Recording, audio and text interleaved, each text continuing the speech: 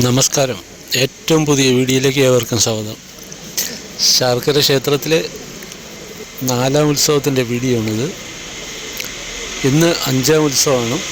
ഇന്ന് major set Kathakali, മറ്റ് stage പ്രോഗ്രാമുകളൊന്നും വലുതായിട്ടില്ല. പിന്നെ സാധാരണ ഗതിയിലുള്ള ഉത്സവ പൂജകൾ മറ്റുമൊക്കെയാണ്. എന്നിരുന്നാലും ക്ഷേത്രപ്പറമ്പും മൈതാനത്തിലെല്ലാം ശരിക്കും ധാരാളം ആൾക്കാർ വരുന്നുണ്ട്. മറ്റ് ഒരുപാട് പരിപാടികളൊക്കെ ഉള്ളതുകൊണ്ട്. പിന്നെ ഇന്നലെയൊക്കെ ആണെങ്കിൽ വൈകുന്നേരം ഈ ഗണപതി ക്ഷേത്രത്തിൻ്റെ പുറകു സൈഡിൽ, അതായത് നമ്മളെ ദേവി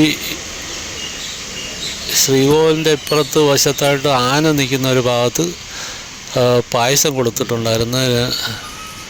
അതിൻ്റെ തിരക്കൊക്കെയാണ് അവിടെ കാണാൻ പറ്റുന്നത്. പായസം, വെള്ളപ്പായസവും പഞ്ചരസ പായസം, അതായത് ശർക്കര പായസം, അതൊക്കെ കൊടുത്തിട്ടുണ്ടായിരുന്നു. ധാരാളം ആൾക്കാർ വന്നു പായസം വാങ്ങാൻ ധാരാളം ആൾക്കാരുണ്ടായിരുന്നു. ഇന്നലെ വിളക്കും നല്ല വിളക്കായിരുന്നു. സ്റ്റേജിൽ സംഗീത കച്ചേരി ഉണ്ടായിരുന്നു.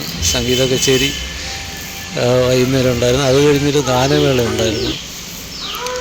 ഇന്ന് മെയിനായിട്ടുള്ളത് കഥകളിയാണ്. എല്ലാ പ്രാവശ്യവും 5ാം ഉത്സവത്തിന് ഒരു വളരെ പ്രശസ്തമായ മേജർ സെറ്റിൻ്റെ ഒരു കഥകളി ഉണ്ടായിരുന്നു. രാവിലെ വരെ ഉണ്ടായിരിക്കുന്നതാണ്. അപ്പോൾ ക്ഷേത്ര മൈതാനത്തും മറ്റ് സ്ഥലത്തെല്ലാം കൂടുതൽ കടകൾ വന്നുകൊണ്ടിരിക്കുകയാണ്. പുതിയ കടകൾ.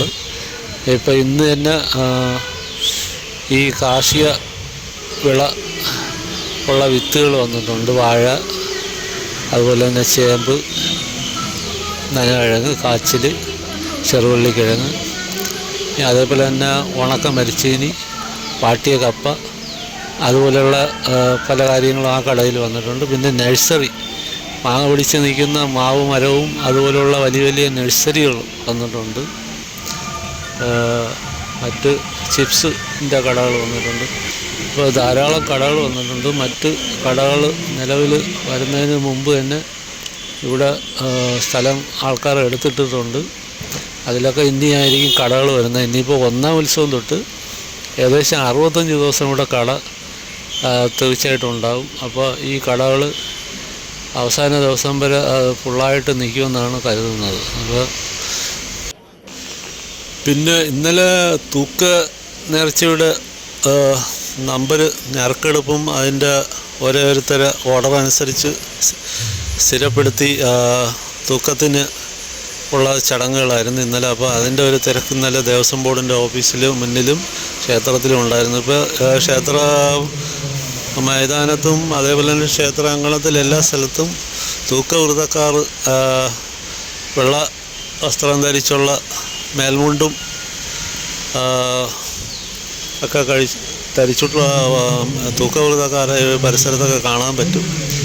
അപ്പോൾ ഇനി അങ്ങോട്ടുള്ള ദിവസങ്ങളിൽ അവർ ഈ പറമ്പിൽ അവരായിരിക്കും മെയിനായിട്ടുള്ളത്. ഇത്തരത്തിലുള്ള ഒരു ചെറിയ വീഡിയോ ആണ്. വീഡിയോ കണ്ട് ഇഷ്ടപ്പെട്ടാൽ സപ്പോർട്ട് ചെയ്യുക, സബ്സ്ക്രൈബ് ചെയ്യുക. വീണ്ടും കാണാം. അതുവരേക്കും കാത്തിരിക്കുക. നന്ദി, നമസ്കാരം.